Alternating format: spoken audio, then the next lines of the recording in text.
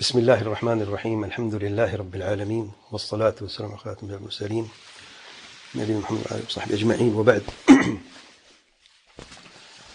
طارق بروہی کا شیخ عبید الجابر حفظہ اللہ پر طعن، جھوٹ و جھگڑے میں فجور کے مزید ثبوت۔ ارشاد باری تعالیٰ ہے: یا ایہا الذین آمنوا کونوا قوامین للہ شہداء بالقسط ولا یجرمنکم شنآن قوم علی الا تعدلوا اعدلوا هو اقرب للتقوى واتقوا اللہ ان اللہ خبیر بما تعملون۔ سورۃ المائدہ نمبر 8۔ اور صحیح بخاری کی حدیث میں اللہ تعالیٰ کے پیارے پیغمبر صلی اللہ علیہ وسلم نے فرمایا ہے: اربع من کن فیہ کان منافقا خالصا ومن كانت فيه خصلة منهن كان في خصلة من النفاق حتى يدعها إذا اؤتمن خان وإذا حدث كذب وإذا عاهد غدر وإذا خاصم فجر۔ رواه البخاری۔ ان للہ و انا الیہ راجعون۔ کبھی سوچا نہ تھا کہ کوئی اندھی مخالفت کرتے ہوئے بغض اور تعصب کی آگ میں جل کر اتنا دور چلے جائیں گے، اور خصوصی طور پر طارق بروہی جیسے لوگ جو دعوت السلفیہ سے کئی سالوں سے جڑے ہوئے ہیں، ان کے بقول وہ علماء سے رجوع کرنے والے بھی ہیں۔ پتہ نہیں کن علماء سے کب، کیسے اور کہاں، کس زمین کے اوپر اور کس آسمان کے نیچے رجوع کرتے ہیں، اور خصوصی طور پر اس فتنے میں وہ کون سے علماء ہیں جن سے یہ رجوع کر رہے ہیں اور اس فتنے کی آگ کو بھڑکانے، جھوٹ باندھنے، ظلم اور زیادتہ کرنے اور اب کبار علماء پر طعن کرنے کا مشورہ دے رہے ہیں۔ سبحان اللہ۔ لیکن ان کے نزدیک یہ رجوع کرتے ضرور ہیں، چاہے وہ کبار علماء کی پیار نصیحتوں پر کو پس پشت ڈال کر ہٹ درمی کے مظاہرے کرتے ہوئے دعوت السلفیہ کو تباہ کرتے رہیں، جیسے کہ شیخ ربیع حفظہ اللہ نے فرمایا ہے، یا کبار علماء پر طعن کر کے ان پر تہمت لگاتے رہیں، ان کو کوئی فرق نہیں پڑتا۔ جیسا کہ ابھی موصوف نے بغیر سوچے سمجھے اپنے سر اور آنکھوں پر اسی تعصب کی کالی پٹی باندھ کر اپنے ذہن کو مفلوج کرتے ہوئے شیخ عبید الجابر حفظہ اللہ پر جھوٹ باندھ کر ان پر تہمت لگانا شروع کر دیں۔ اس وقت صرف اس کی دو باتوں پر میں بات کروں گا، اس کے باقی کے اعتراضات اور مسائل کا انشاءاللہ تعالی بعد میں تفصیل سے جواب دوں گا۔ اب یہ باتیں ملاحظہ فرمائیں۔ نمبر 1، شیخ عبید حفظہ اللہ پر جھوٹی تہمت لگانا۔ موصوف کہتا ہے کہ میں نے شیخ عبید حفظہ اللہ کا بلڈ پریشر چیک کرنے کے بہانے قرب حاصل کیا اور پھر تزکیہ حاصل کیا۔ نعوذ باللہ۔ یعنی شیخ عبید حفظہ اللہ کسی ڈاکٹر کے دھوکے میں آ کر اپنے ذاتی مفادات کے لیے صرف اپنا بلڈ پریشر چیک کروانے کے لیے اسے اپنے قریب کر لیں گے، پھر انہیں تزکیہ بھی دے دیں گے، یا ڈاکٹر کے دھوکے میں آ کر اس سے بلڈ پریشر چیک کرواتے کرواتے اسے تزکیہ دے دیں گے۔ ایسے ہی سبحانک ھذا بہتان عظیم۔ اور اس جھوٹی تہمت کا سب سے بڑا ثبوت شیخ صاحب سے اسی تزکیے کو لینے کے لیے آپ کے اپنے ہاتھوں سے لکھا ہوا 4 صفحات پر مشتمل خط ہے، جو میں آگے بیان کروں گا۔ شیخ عبید حفظہ اللہ کے تزکیے کے الفاظ ہی اس جھوٹی تہمت کے لیے کافی ثبوت ہیں جو انہوں نے آپ کے خط کے جواب میں دیا تھا۔ دوسری بات، شیخ عبید الجابر حفظہ اللہ کو جھٹلانا۔ شیخ عبید حفظہ اللہ کے دونوں تزکیے پھر سے سن لیں، میں ابھی بیان کرتا ہوں، اور دیکھیں شیخ صاحب حفظہ اللہ کیا فرما رہے ہیں اور طارق بروہی کیسے انہیں جھٹلا رہا ہے۔ شیخ عبید حفظہ اللہ کے پہلے تزکیے پر ذرا غور کریں۔ شیخ صاحب فرماتے ہیں، میں پورے پڑھ کے سناتا ہوں۔ بسم اللہ الرحمن الرحیم، الحمد للہ وحدہ وصلی اللہ وسلم علی نبینا محمد وعلی آلہ وصحبہ، اما بعد۔ ہمارے دینی بھائی ڈاکٹر مرتضیٰ بن بخش حسین پاکستانی ہمارے حسن سیرت و سلوک اور سنت پر استقامت سے جانے جاتے ہیں، اور اس کے ساتھ طلب علم کے حرص اور اس کو حاصل کرنے میں جد و جہد کرتے ہیں۔ میرے نزدیک انشاءاللہ وہ اس علم کو اللہ تعالیٰ کی طرف دعوت دینے میں بھرپور صلاحیت رکھتے ہیں، کہ دعوت کے سلسلے میں پہلے بھی قابل تحسین خدمات ہیں۔ یہ سب میں ان کے بارے میں ان تمام برسوں سے جانتا ہوں جن میں وہ ہمارے ہاں طالب علم رہے۔ چنانچہ ان کی طلب پر میں نے یہ شہادت لکھ دی ہے تاکہ متعلقہ افراد کو پیش کر سکیں۔ اللہ تعالی ہم سب کو اس کام کی توفیق دے جسے وہ پسند کرے اور راضی ہو۔ السلام علیکم ورحمۃ اللہ وبرکاتہ۔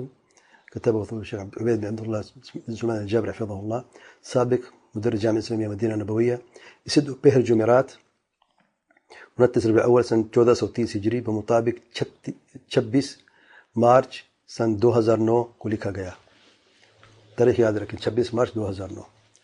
جو دوسری تذکیہ میں فرماتے ہیں شیخ عبید حفظہ اللہ، میں یہ تو نہیں چاہتا تھا لیکن اب ابو حنیفہ کے وقت آ گیا ہے کہ وہ اپنی دونوں ٹانگیں سیدھی کر لیں۔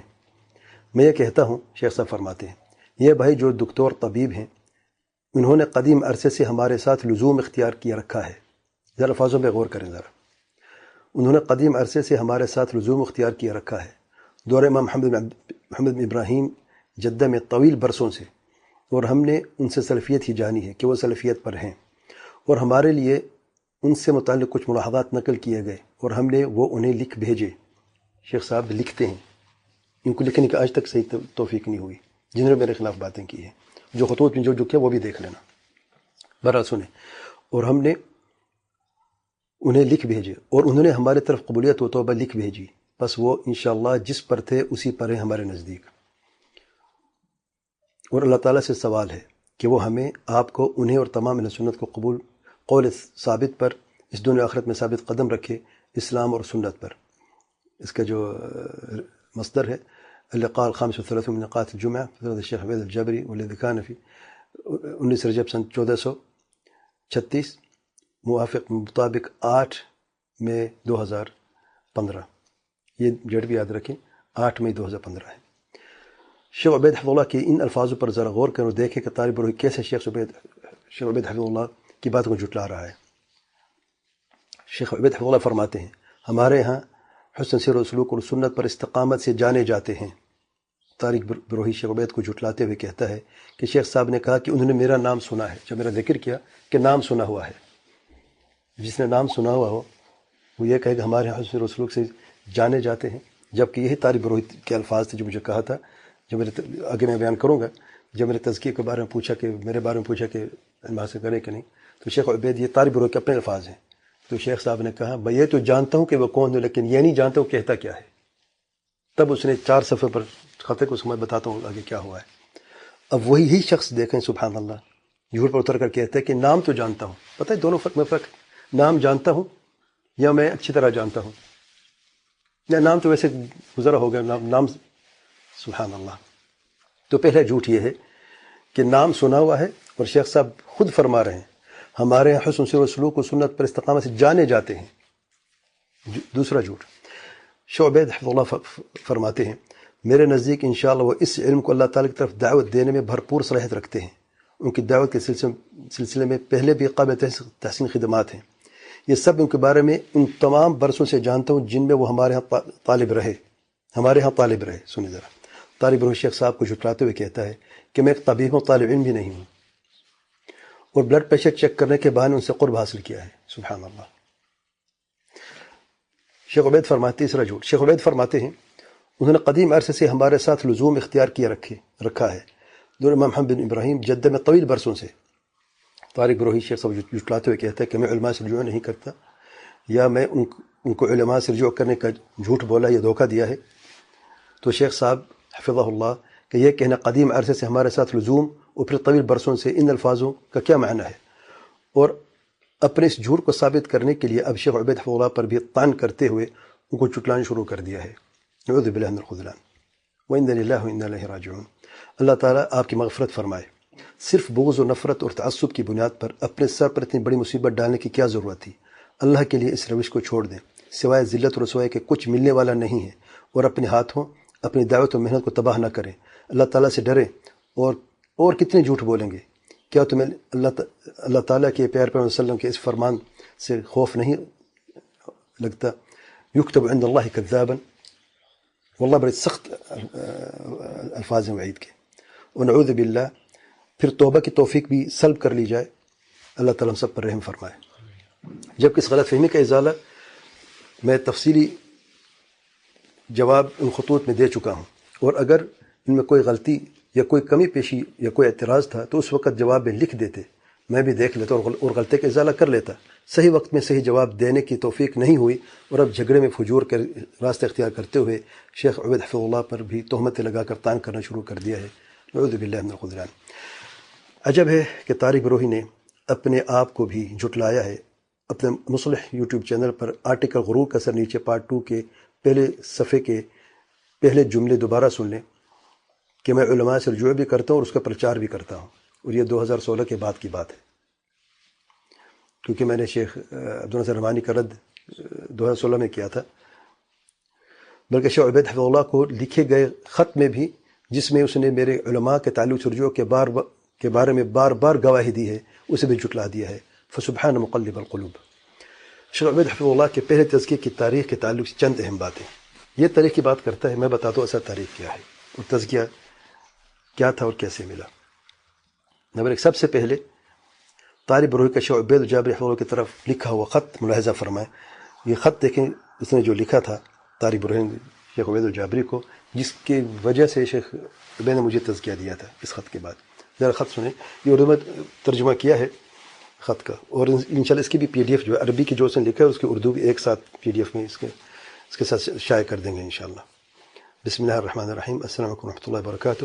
سب سے پہلے ہم کہتے ہیں کہ ہم اپنے سلفی بھائیوں کو پاکستان سے سلام کہتے ہیں، اور ہم آپ سے جو آپ نے اسلام اور مسلمانوں کے لیے کیا ہے، جس میں عقیدہ اور سلفی منہج کو دنیا بھر میں نشر کیا ہے، اس کی وجہ سے محبت رکھتے ہیں۔ اللہ تعالیٰ آپ کو اسلام اور مسلمانوں کی طرف سے جزائے خیر دے۔ اما بعد، جیسا کہ آپ بر صغیر ہند و پاک کے حالات جانتے ہیں، جن میں ہر قسم کے شرک اور بدعات اور ان کے مذاہب پھیلے ہوئے ہیں، یہاں قبروں اور مزاروں کی عبادت اللہ کو چھوڑ کر کی جا رہی ہے، اور حزبی فتنے بھی ہیں، یہاں تک کہ ان لوگوں میں بھی جو دعوے کرتے ہیں کہ وہ اہل سنت و جماعت میں سے ہیں۔ ایسے حالات میں اہل حدیث کی دعوت صدیوں سے ظاہر چلی آ رہی ہے، جو لوگوں کو اللہ کی توحید کی طرف بلاتے ہیں اور شرک و بدعات و خرافات کا رد کرتے آ رہے ہیں، اور اسی طرح وہ اہل سنت و جماعت کا عقیدہ بھی بیان کرتے آ رہے ہیں۔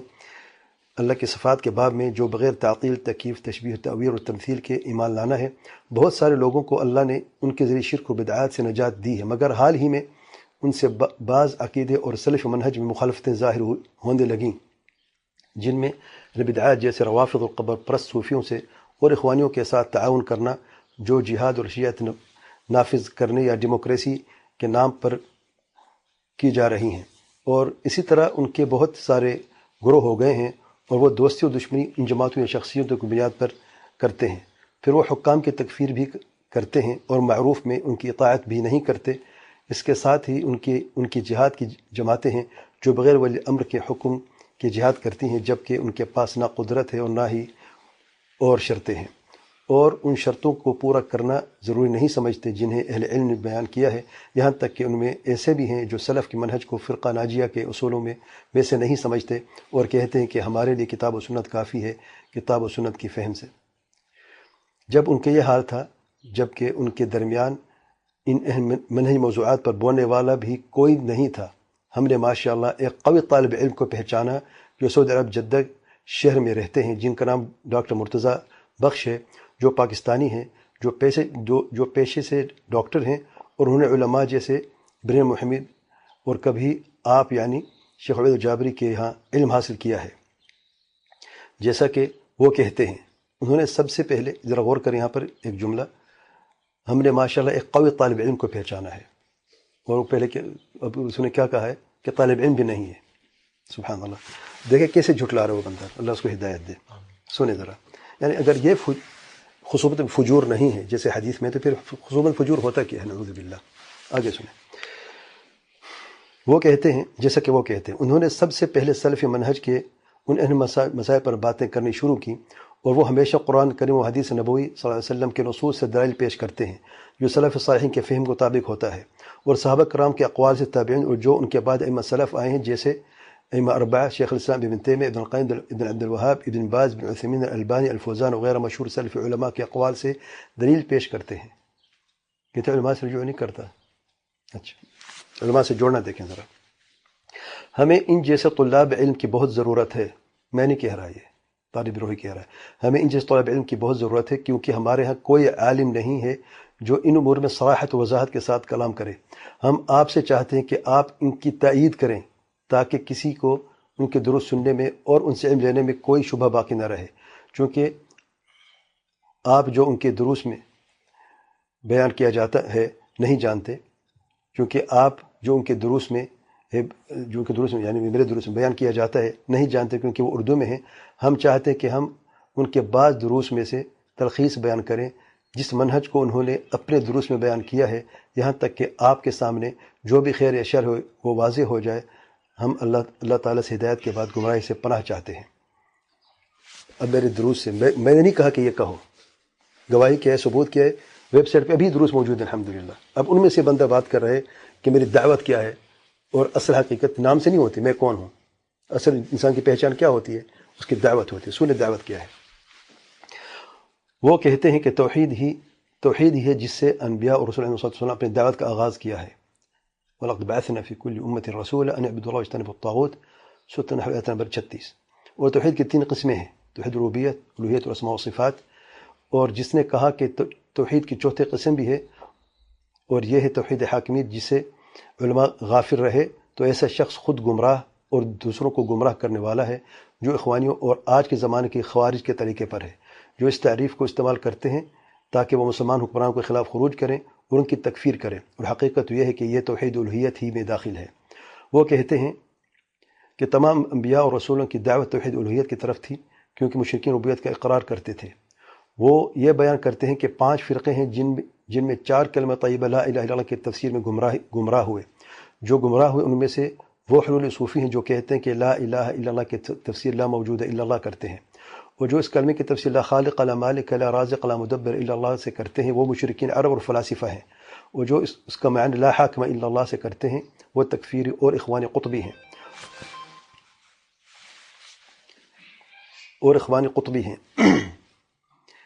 اور جو لا الہ الا اللہ کا معنی لا الہ الا اللہ کہتے ہیں، اور کہتے ہیں کہ اس میں حلولیوں سے مشابہت ہے، جو کہتے ہیں کہ جو بھی کائنات میں بندہ ہے وہ در حقیقت اللہ ہے۔ پھر وہ لا الہ الا اللہ کا حقیقی معنی بیان کرتے ہیں کہ اس کا معنی ہے اللہ کے سوا کوئی حقیقی معبود نہیں۔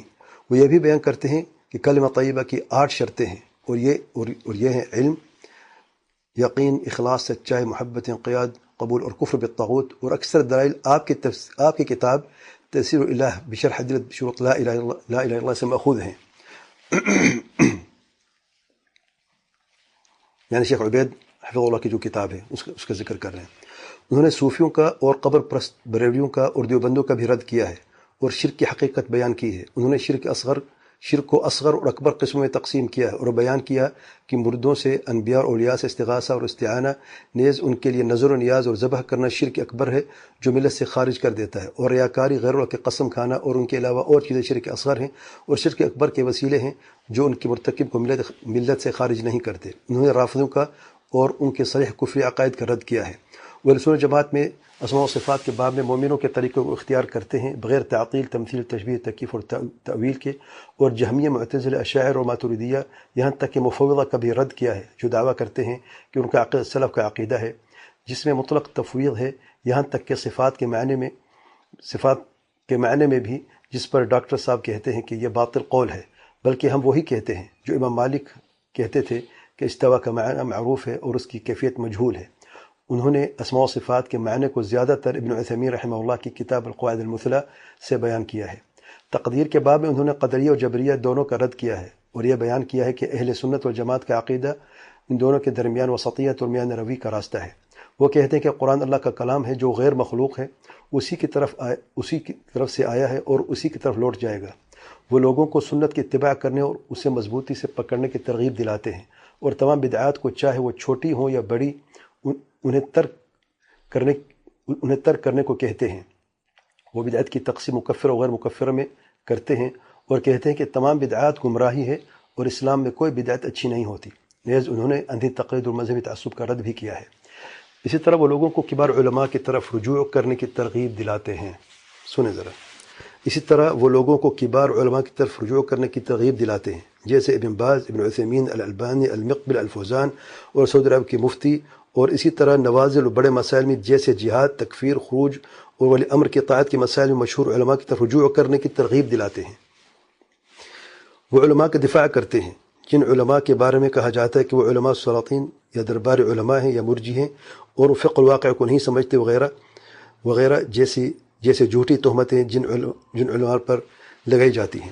وہ اللہ تعالیٰ کی طرف دعوت کا منہج بیان کرتے ہیں کہ وہ سب سے اہم سے شروع کیا جائے، پھر جو مہم ہے، یعنی سب سے پہلے توحید سے شروعات کی جائے، پھر شرک کا ابطال کیا جائے، اور لوگوں کو خالصاً اللہ تعالیٰ کی عبادت کی طرف بلایا جائے، اور ہر قسم کے شرک کو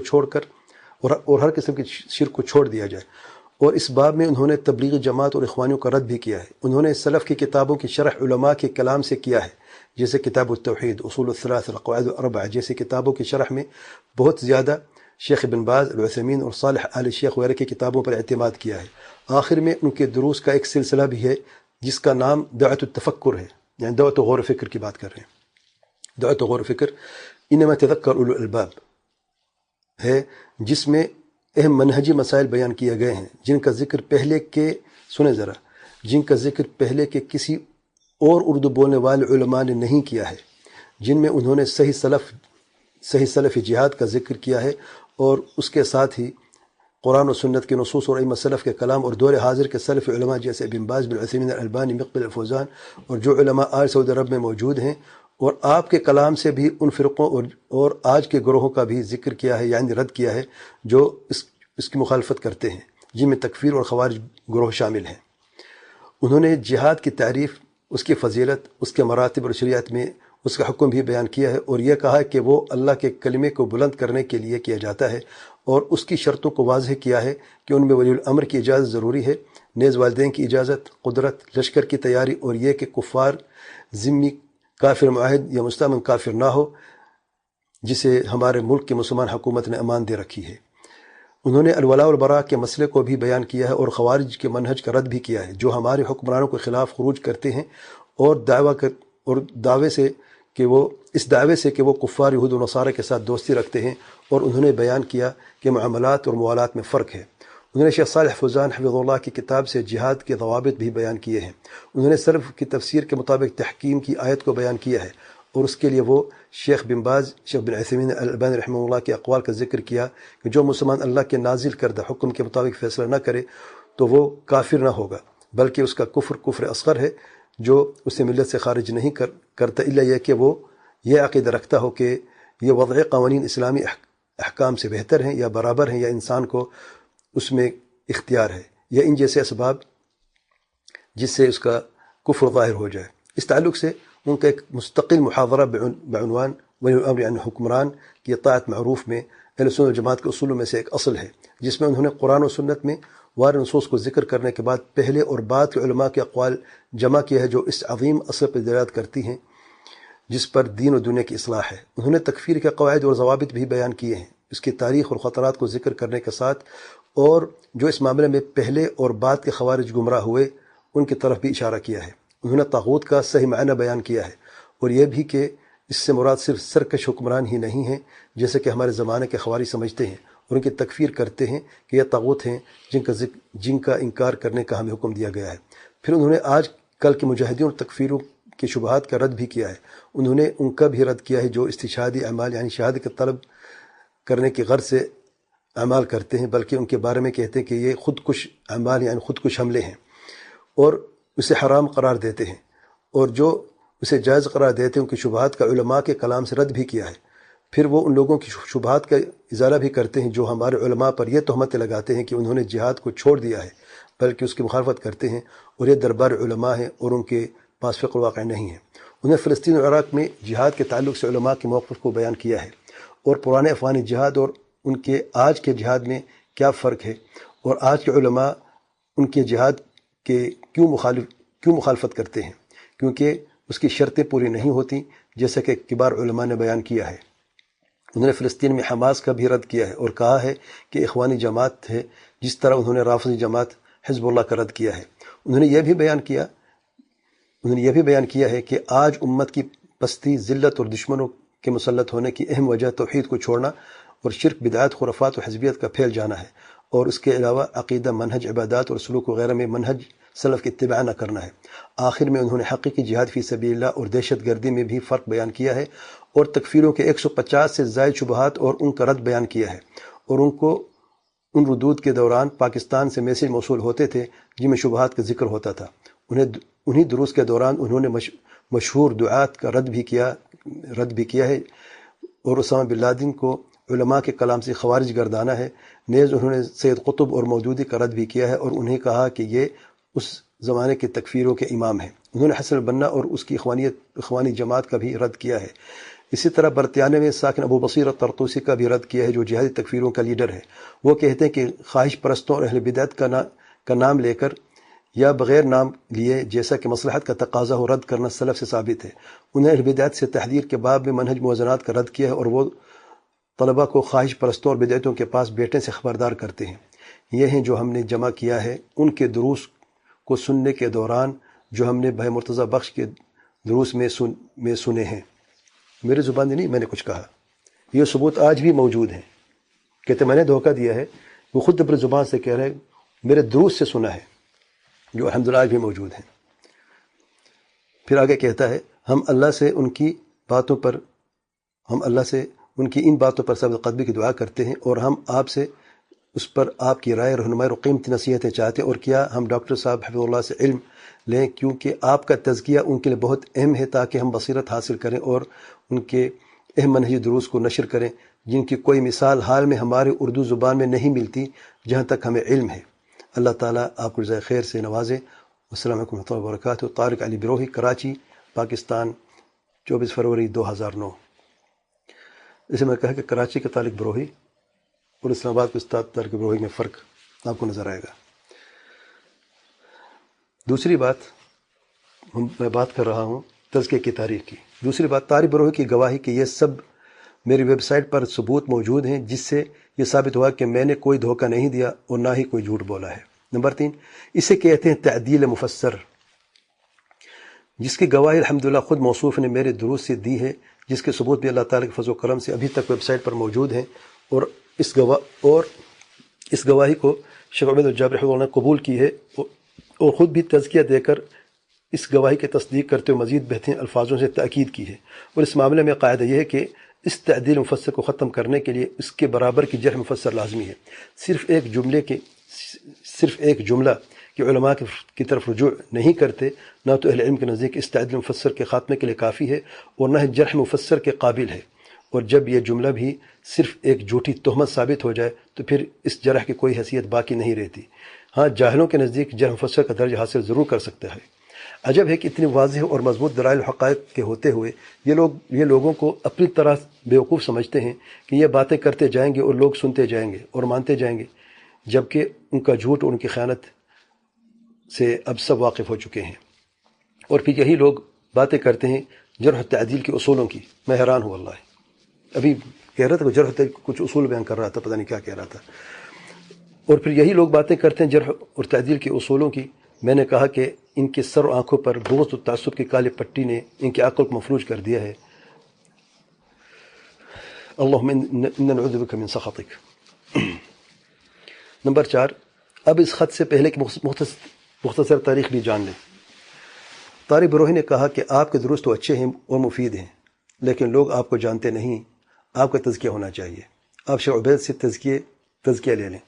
میں نے کہا میں تو شیخ صاحب سے بات نہیں کروں گا تزکیہ کی، کہا ہم کوشش کرتے ہیں۔ میں نے کہا آپ کی مرضی ہے۔ پھر شیخ عبید حفظ اللہ سے میرے بارے میں پوچھا گیا۔ شیخ صاحب نے کہا کہ میں یہ تو جانتا ہوں کہ وہ کون ہے، لیکن یہ نہیں جانتا کہ وہ کہتا کیا ہے۔ یہ جھوٹ میں نے بتا دیا کہ کس طریقے سے اس بندے نے اس کا یہ جھوٹ واضح ہو گیا کہ اب وہ کہتا ہے کہ میں نے نام شیخ صاحب کے میں نے نام سنا ہے، کیسے جملوں کو بدل دیا۔ کل اس بندے نے خود مجھے کہا تھا کہ شیخ صاحب نے کہا ہے میں یہ تو جانتا ہوں کہ کون ہے، کہ یہ نہیں جانتا ہوں کہتا کیا ہے۔ اب کہتے میں نے نام سنا، شیخ صاحب میں نے نام سنا ہوا ہے، یہ نہیں جانتا ہوں کہتا کیا ہے۔ سبحان اللہ۔ وہ یہ جھوٹ میں نے واضح کر دیا کہ کیوں جھوٹ ہے، کیسا جھوٹ، تفصیل گزر چکی ہے۔ پھر طارق بروہی نے یہ خط لکھا جو شیخ صاحب کو سنایا گیا، یہ بھی خط جو میں نے آپ کے سامنے پڑھا ہے، اور یہ ساری باتیں موصوف نے مجھے بتائیں، ان کا مجھے کوئی علم نہیں تھا۔ پھر شیخ صاحب نے مجھے فون کیا کہ کچھ لوگ آپ کا تزکیہ چاہتے ہیں، کیا میں ان کو تزکیہ دے دوں؟ میں نے کہا آپ کی مرضی ہے، میں کیا کہہ سکتا ہوں۔ سبحان اللہ۔ پھر شیخ صاحب نے مجھ سے فیکس نمبر لیا اور اس تزکیے کو فیکس کے ذریعے بھیج دیا۔ یہ مختصر قصہ اب دیکھیں، ابھی بھی ویب سائٹ پہ موجود ہے، جو امیج موجود ہے اوپر آپ کو نظر آئے گا کہ یہ فیکس ہے، یہ فیکس لیٹر ہے۔ انہیں خود فون کر کے مجھے فیکس نمبر مانگا اور پھر اس کو بھیجا ہے۔ آخر میں علماء سے رجوع کرنے کے تعلق سے چند اہم باتیں اور آخری سوال ان سے۔ عجب ہے کہ اس حقیقت کو خوب جاننے اور اس کی کئی مرتبہ گواہیاں دینے کے بعد اب کہتے ہیں کہ میں علماء سے رجوع نہیں کرتا۔ اس وقت صرف حسن ظن کی بنیاد پر یقین کر لیا تھا۔ میرے بھائی، جس بات کے آپ نے ثبوت پیش کیے ہیں اور گواہیاں دی ہیں، اسے حسن ظن نہیں یقین کہتے ہیں، اور یقین ہونے کے بعد انکار کرنا اور بغیر ثبوتوں کے کسی کی باتوں میں آ جانا حسن ظن نہیں بلکہ بچپنا ہوتا ہے۔ اور آپ کوئی چھوٹے بچے نہیں ہیں، کیا کہہ رہا ہوں سنیں، آپ کوئی چھوٹے بچے نہیں ہیں کہ کوئی آپ کے ہاتھ میں لولی پاپ پکڑا کر اپنی مرضی کی باتیں منوا لے گا اور رٹا لگوا لے گا۔ پہلے لولی پاپ پکڑوا کر کہا کہ کہو میں علماء سے رجوع کرتا ہوں، اور آپ نے کہنا شروع کر دیا، اور کئی سالوں تک رٹا لگاتے رہے، 2009 سے شاید 2017 تک یا 18 تک، پتہ نہیں، کیونکہ 2000 خود جناب نے اس کا 2016 میں اقرار کیا اپنے مصلح یوٹیوب چینل پر، اور وہ بھی مخالفین کو جواب دیتے ہوئے کہ میں علماء سے رجوع بھی کرتا ہوں اور اس کا پرچار بھی کرتا ہوں، سبحان اللہ۔ پھر بعد میں کسی اور نے لولی پاپ پکڑوا کر یہ کہا کہ اب کہو کہ ڈاکٹر صاحب علماء سے رجوع نہیں کرتے، اور آپ اس وقت سے اب تک یہی رٹا لگا رہے ہیں کہ آپ تو علماء سے رجوع نہیں کرتے۔ پھر کل کوئی اور لولی پاپ پکڑوا کر کچھ اور کہلوا لے گا اور آپ کہتے رہیں گے، سبحان اللہ۔ اللہ کے لیے اس احمقانہ روش اور بچوں والی باتیں اور حرکتیں چھوڑ کر عقل مند مردوں والی باتیں کرو، اور خود اپنے آپ کو تمسخر، ذلت اور رسوائی میں مت ڈالو۔ پھر آپ لوگوں کا رونا ختم نہیں ہوتا کہ ڈاکٹر صاحب ہماری بے عزتی کرتے ہیں یا یہ اور وہ کہتے ہیں۔ میرے بھائی، میں نے پہلے بھی کہا تھا کہ میں آپ لوگوں کو آئینہ دکھاؤں گا، جب اپنے خد و خال دیکھو گے تو برا نہ ماننا۔ اور جو ایسی باتیں کر کے اپنے آپ کو ذلت کا نشانہ بناتے ہیں، وہ اپنے آپ کو ملامت کر کے سیدھے ہو جائیں، کسی اور کی طرف انگلی نہ کرے کہ فلان نے کیوں بے عزت کیا ہے۔ ایک اہم سوال، جبکہ اس موضوع کے تعلق سے میں پہلے بھی کئی سوالات کیے ہیں جن کا ابھی تک کوئی جواب نہ دے سکے، شاید کچھ زیادہ ہی مشکل سوالات تھے۔ چلیں اب صرف ایک ہی آسان سوال کا جواب دے دیں کہ ان کے نزدیک علماء سے رجوع کرنے کی حقیقت کیا ہے، یعنی ان کے نزدیک کب کوئی طالب علم علماء کی طرف رجوع کرنے والا ہوتا ہے اور کب رجوع کرنے والا نہیں ہوتا، اس کا معیار کیا ہے اور اس کا سب سے بڑا ثبوت کیا ہے۔ اس سوال کو مزید آسان کرنے کے لیے ان کے سامنے یہ چند باتیں رکھ دیتا ہوں، شاید ان کے دل میں بات اتر جائے۔ نمبر 1، میں بتا رہا ہوں کہ مختلف طریقے علماء کی رجوع کرنے کے جو پاسبلٹیز ہیں وہ بتا رہا ہوں میں۔ نمبر 1، علماء کی طرف رجوع کرنے کا یہ معیار ہے کہ صرف دروس میں فزیکل ملاقات لازمی ہیں، چاہے ان کو نصیحتوں پر عمل کیا جائے یا نہ کیا جائے۔ میرے نزدیک یہ معیار ہرگز نہیں ہے، کیونکہ اسی فتنے میں دیکھ لیں کہ اس فتنے میں شیخ ربیع اور شیخ عبید حفظ اللہ کے بہت سارے سب سے قریب طالب علم نے اس فتنے میں ان کی نصیحتوں پر عمل نہیں کیا، اور شیخ محمد بن ہادی کا دفاع کرتے ہوئے ان کا ساتھ دے دیا۔ آپ کا جواب آپ کے ذمہ ہے۔ اس پہلے جو آپشن، اس کے بارے میں آپ کیا کہتے ہیں؟ نمبر 2، علماء کی طرف رجوع کرنے کا یہ معیار ہے کہ فزیکل ملاقاتیں ہونی چاہیے لیکن لازمی نہیں ہیں۔ ٹیلیفون وغیرہ کے ذریعے سے ان سے رہنمائی لینا یا ٹیلی لنک سے دروس منعقد کرنا، لیکن ان کی تعلیمات و نصیحت پر عمل کرنا لازمی ہے، یہ لازمی ہے، اور میں سمجھتا ہوں کہ یہ کافی ہے اور سب کے لیے ان مخالفین سمیت آسان بھی ہے۔ نمبر 3، علماء کی رجوع کرنے کا یہ معیار ہے کہ دونوں طریقے ہونے چاہیے، کہ علماء کے دروس میں فزیکل ملاقاتیں بھی ہیں اور ان کی نصیحتوں پر عمل کرنا بھی ہے، اور یہ سب سے اچھا طریقہ اور بڑا شرف ہے، اور سب سے بڑا اعزاز یہ ہے کہ خود علماء اس کی گواہی دیں کہ فلان ہمارے ساتھ لمبے عرصے سے جڑا ہوا ہے، اور یہ اللہ تعالیٰ کا خاص فضل ہے، جسے چاہے بخش دے۔ فذلک فضل اللہ یؤتیہ من یشاء واللہ ذو الفضل العظیم، اللہم انا نسألک من فضلک العظیم، آمین رب العالمین۔ چوتھے نمبر پہ، دونوں طریقوں سے محروم کہ نہ فزیکل ملاقاتیں کر سکتے ہیں اور نہ ہی ان کی نصیحتوں پر عمل کرنے والے ہیں، بس علماء کی طرف نسبت اور رجوع کا شور مچانے والے ہیں، اور رجوع کرنے والوں پر رجوع نہ کرنے کی تہمتیں لگانے والے ہیں، اور یہ سب سے بدترین طریقہ ہے، خصوصی طور پر جب کسی زمانے میں وہ خود اس کے گواہ ہوں کہ فلاں علماء سے رجوع کرنے والے بھی ہیں اور اس کا پرچار بھی کرتے ہیں، تو یہ سب سے بڑی رسوائی ہے، نعوذ باللہ من الخذلان۔ اس معاملے میں ان کا اصل مسئلہ کیا ہے، یہ بتا دوں میں آپ کو۔ نمبر 1، میں نے علماء سے اس فتنے میں رجوع نہیں کیا۔ یہ اصل بات یہ ہے کہ آپ دیکھ 2018 سے کبھی بات ہوئی نہیں، نہ یہ ثابت کر سکے ہیں، بلکہ جتنی باتیں بھی ان کی طرف سے آئی ہیں اس میں سب یہ ہے کہ میں رجوع کرتا ہوں۔ 2009 شیخ عبید کی گواہی، اس بندے کا خط دیکھ لیں آپ، 2009 سے پہلے کی بات ہو، 2009 سے لے کے 2015 تک شیخ عبید کی دوسرا تزکیہ، اس کے بعد 2016 میں طالب روحی کا اپنا جو ہے مصلح چینل پہ جو اس کے اپنے گواہی کے الفاظ ہیں، اور وہ کہتے ہیں پرچار بھی کرتا ہوں، یعنی یہ سب جاری ہے۔ دیکھیں 2017-18 یا اس کے بعد تک، یا 2018 تک دیکھیں جب یہ فتنہ شروع ہوا اور یہ جھوٹ مرے پر سب تہمتیں لگائیں گے، وہاں سے مسئلہ شروع ہوا ہے۔